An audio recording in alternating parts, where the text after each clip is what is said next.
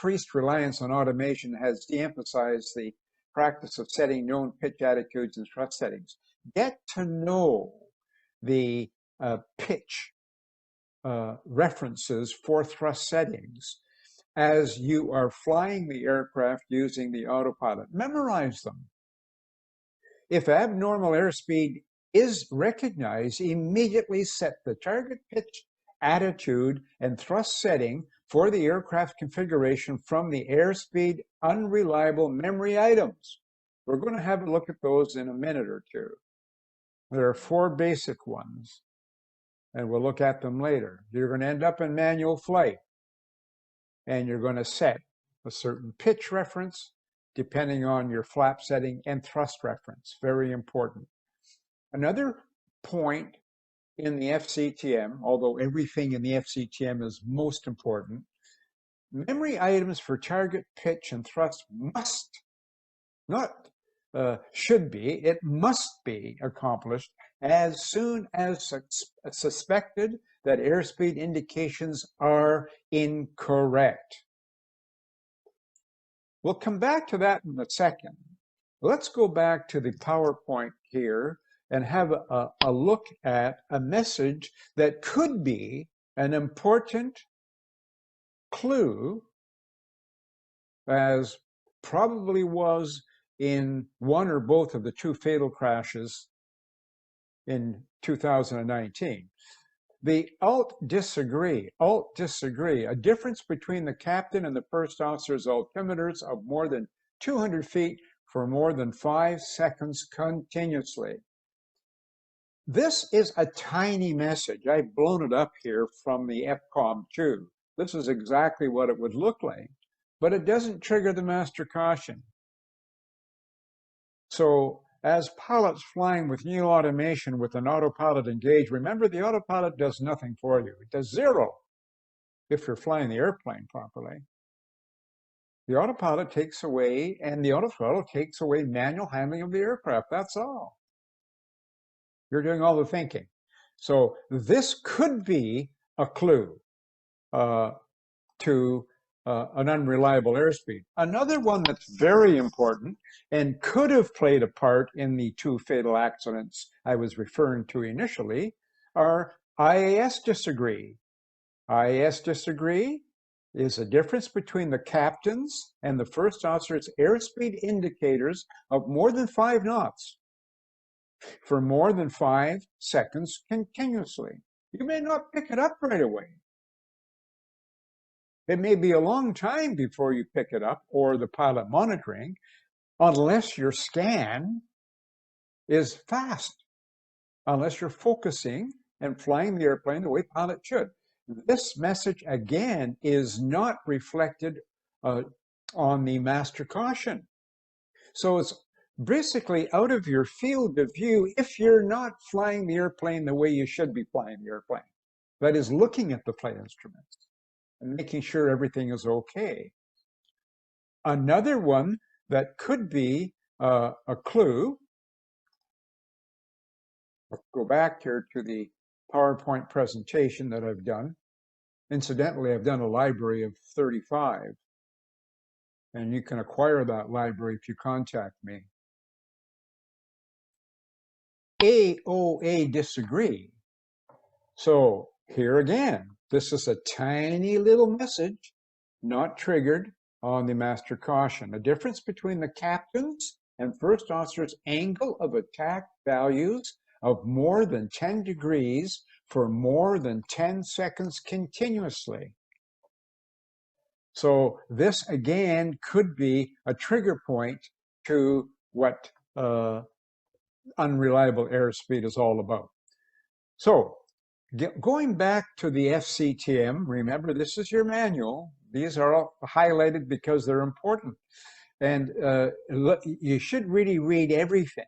And remember that the memorized pitch and thrust settings that we're going to look at shortly for the current configuration should be applied immediately, immediately. So we've got to fly that immediately. So that is of utmost importance. the flap's extended pitch and thrust settings will result in a climb. The flaps and pitch and thrust settings will result in a slight climb at light weights at low altitudes and slight descent at heavy weights and high altitudes, which makes sense. If you're at flight level 410 and you've got a problem, and you're at your max weight for that altitude, so you're going to actually end up in a slight descent at heavy weights and high altitudes, okay, with the corrected thrust and N1 settings. So the recommended thrust and N1 settings that we're going to look at shortly are for all conditions. Flight level 410 or right after takeoff. That's important.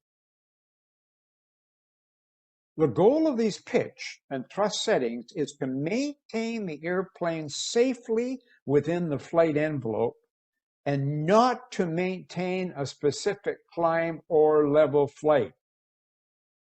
It's to ensure that the airplane is safe. The current flap position should be maintained until the memory, pitch, and thrust settings have been set and the airplane stabilized. Very important.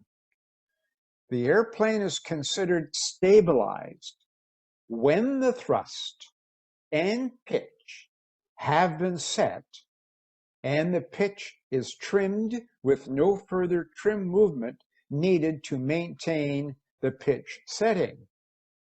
Very important.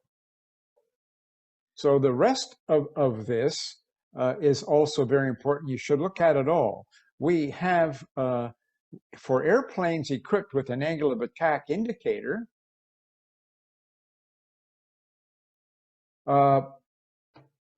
maintain the analog needle at approximately the 3 o'clock position.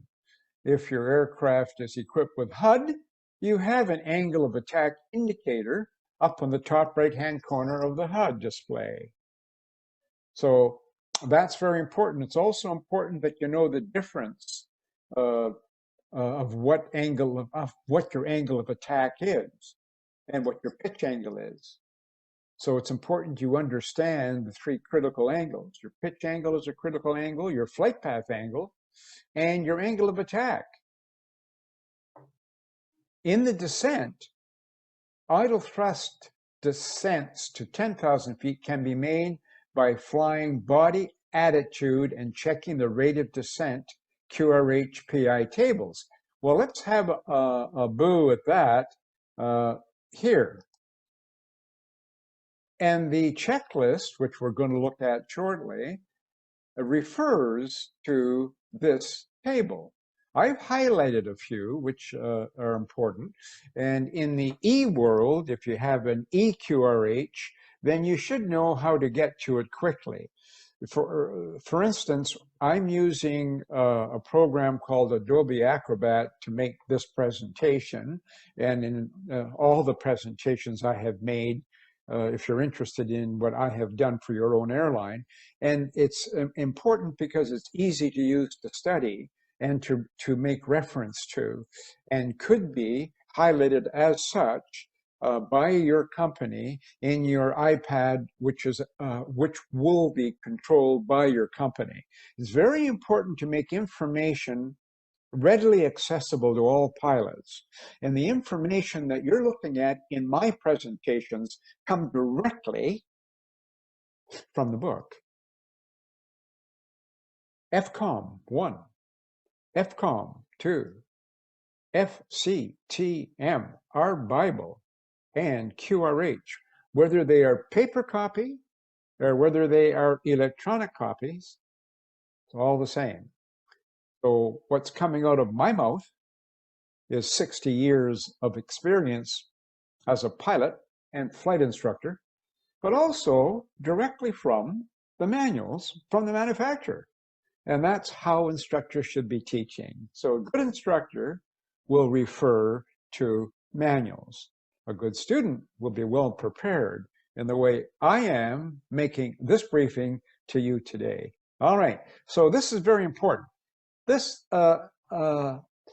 These are for different flap positions and for different weights. And let's just have a look at this reference here for a weight of 60,000 kilos at flaps 5, 6 degrees of pitch, and approximately 60% and 1.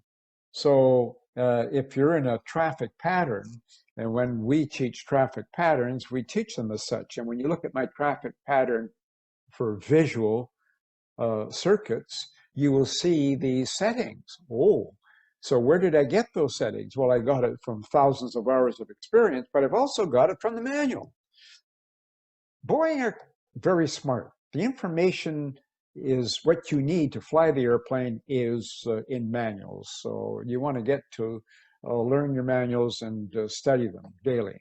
So 666 is a good target reference. And it's good to look at other references for other altitudes and for a go-round. Again, at 60 tons, you're looking at a pitch attitude of 18 degrees. Well, normally on rotation on a 737, whether it be the NG or the MAX, you're going to be somewhere close to 15 to 16 to 17 to 18 degrees in that area, depending on weight, thrust settings, etc.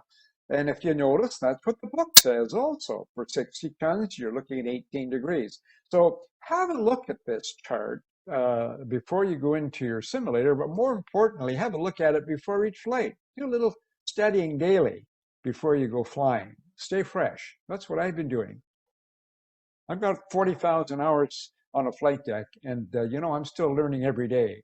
And that's why I'm making these videos available to you.